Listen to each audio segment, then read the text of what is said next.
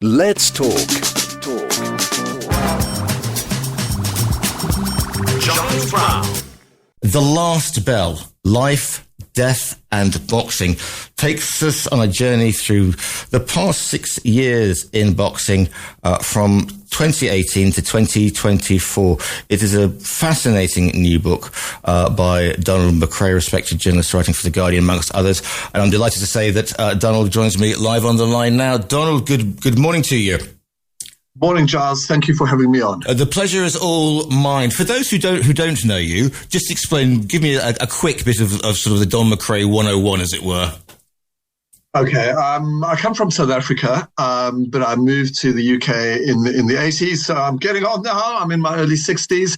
I've followed boxing for more than 50 years of my life, and I've written about it professionally for almost 35 years. What's the attraction for boxing? Because for those who love boxing, there is no finer sport. And for those who don't, and you either get boxing or you kind of don't get boxing. There are seemingly sort of no grey areas, are there? No, there aren't. I think boxing, the thing I love about it is the humanity of the fighters. They are walking a tightrope each time they fight because, without overplaying it, they could lose their lives. They could be maimed, they could be damaged. Some fighters do die. You would ask me, well, how can you continue to follow such a dark business?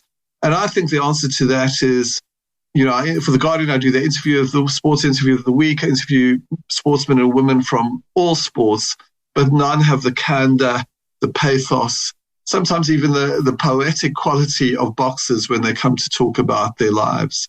And also there's this link between boxing and writers. I mean, I was reading the brilliant book Night Train about Sonny Liston. Of course, yeah. Yes, Nick Touch, yes, yeah. Yes. Which really got me interested in that period, and it sparked what people call that golden age of Ali and Liston. When he was Cassius Clay, of course.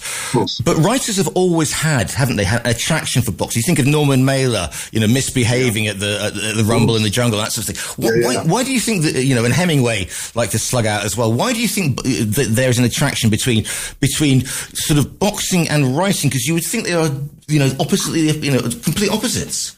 Yes, I think it's the elemental nature of boxing. These boxers are facing sort of existential danger. Their lives could be extinguished. They all come from, almost all boxers come from impoverishment, from adversity, and boxing enables them to find a way out of those paths where there's not much opportunity. So their life stories are vivid. The danger they face is dramatic, and they are on the whole the most accessible people, because you can go to a fighter before a fight, after a fight, and they will talk so openly about their fears, their hopes. And I think the boxing cuts away a lot of the artifice, and then you get to the heart of a person. The thing is, though, with boxing, there is no sport that lays you so bare as being in the ring. You cannot. It's not like by tennis. You cannot hide. You are there in front of audiences of millions, or even big. And for those who've never boxed, the sheer physicality. I know that sounds stupid, but if you're actually at a live boxing event, the visceral sort of gladiatorial aspect of it. That's the stripping down, but the stuff on periphery can drive you mad, Don. All the Don Kings, the undertones, sometimes the corruption, which belt is which. I mean, we went through all that period, didn't we? Sure. Well, this is my fifth book about boxing. I've written many other books, but boxing terms, 5 have been done by me. My first one was called Dark Trade, which was published in 1996. The title of that book, Dark Trade, would explain that I do look at sort of the darkness of this business. But in those days, I think I was quite sentimental and romantic about boxers. And not boxers, about the fight game. I would call it the fight game, where it's not a game at all. But we had Don King, who basically had killed a man. He was a known gangster. And yet Don King was a funny man. He would misquote Shakespeare. He would talk on and on and on. And I tended to just laugh along and think, oh, Don King, what a card. However, this book charts boxing from 2018 to 2024, and the business has become darker than ever, one wave after another. We've had more gangster involvement in boxing than ever before. We've had more positive dope tests, which is a good thing, that people are, being caught if there's dope in their systems. And then finally, we've had the Saudi Arabian takeover of boxing, and the human rights record of Saudi Arabia, putting it mildly, leaves a lot to be desired. These things have come one after another. And the book is called The Last Bell because I finally came to a point where I thought I will still write about boxing journalistically, but in long-form book form, I think this is it. We could have conversations about the whole the Dubai, Bahrain, Irish connection, Tyson Fury, the clans thing, the gunning down at the press conferences, sports washing, we know, all that sort of thing. But again, it is boxing when it gets down to, when it strips it down, there is still a purity of that. And at certain times, and if you think of, Tyson Fury, who seemed to be gone and dusted and yet another casualty of high living, a John Conte for the millennial age, if you will, then, however, there is redemption, and Fury perhaps backs that up. And obviously sport means something to people on a personal level, as it did to you, Don. Definitely. And, if we start with Tyson Fury, I have a long, complicated personal history with him. I first interviewed him in 2011. He was a young fighter of 23, just become British champion, didn't have a lot of money. I interviewed him in his modest bungalow with his young wife and their two young kids. He now lives in a palatial place. But in 2011 interview, Tyson spoke to me so movingly. His bipolar disorder had not been diagnosed. So he said to me, Don, I don't know what's the matter with me. Sometimes I'm so happy, I want to fly. Other times I'm so sad, I want to get in a car and crash into a wall at 100 miles an hour and end it all. He subsequently went on to become heavyweight champion of the world. But within days of that victory, his life spiraled out of control. Drink, drugs took hold of him. And then finally, in 2018, he made a comeback. He had ballooned up to 400 pounds in weight, but he fought beautifully in his comeback world title fight. And for me personally, it's meshed with my own life because I had just lost my sister a few months before. She was my big sister. She died just having turned 60. It was a shock to us. My mother had terminal cancer. My father wasn't well either. So all these things were swirling about in my personal life. And I kind of went back to boxing because I guess it was familiar, and I identified to a certain extent with the fighters, and that's how the book starts. So when it comes to writing this book, it's not just a book about boxing. It's not just a list of tables and who fought who and getting... Absolutely not. I mean, so would you say this is perhaps your most personal work then? And from that, you were able to switch off, as it were, when you were watching boxing, yes. Or did it take on another aspect with the bereavements that you'd suffered? I think it took on a depth, hopefully, because when we all have suffered loss in life, we all lose family members. I'm not unique in that sense, and I accepted the death of my family, but I think it made me look quite carefully at boxing, and I started to distinguish between boxing and the boxing business. Boxing, I was still inspired by, moved by, entranced by. The boxing business, I started to look with a hard, clear gaze, and I started to distinguish between the two. So the book, I think, is this journey for me in beginning to understand the distinction between the fighters and all the corruption that surrounds them.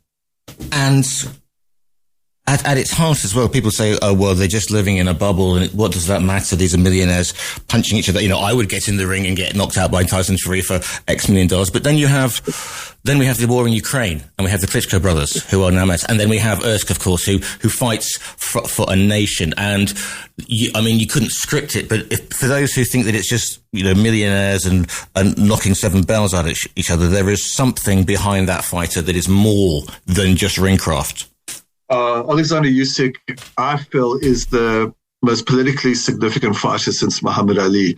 Clearly, Ali had a gravitas about him for all his humor.